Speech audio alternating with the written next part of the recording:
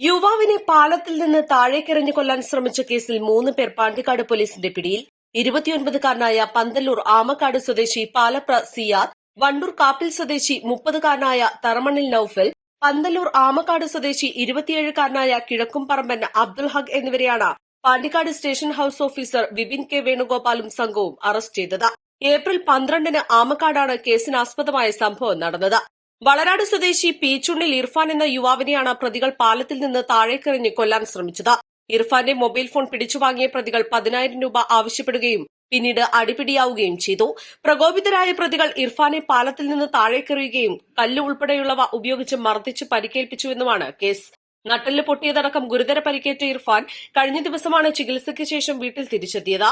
പ്രതികളായ സിയാദ്, അബ്ദുൽ ഹഖ് എന്നിവർക്കെതിരെ കാപ്പ ചുമത്തി നാട് കടത്തിയതുൾപ്പെടെയുള്ള കേസുകളുള്ളതായി പോലീസ് പറഞ്ഞു. പ്രതികളെ പെരിന്തൽമണ്ണ കോടതിയിൽ ഹാജരാക്കി റിമാൻഡ് ചെയ്തു. ASI ഉണ്ണികൃഷ്ണൻ, SCP-മാരായ ഷൈജു, ഷെമീർ, സജിത്, രാജേഷ് എന്നിവരടങ്ങുന്ന സംഘമാണ് പ്രതികളെ പിടികൂടിയത്. East live, Pandikkad.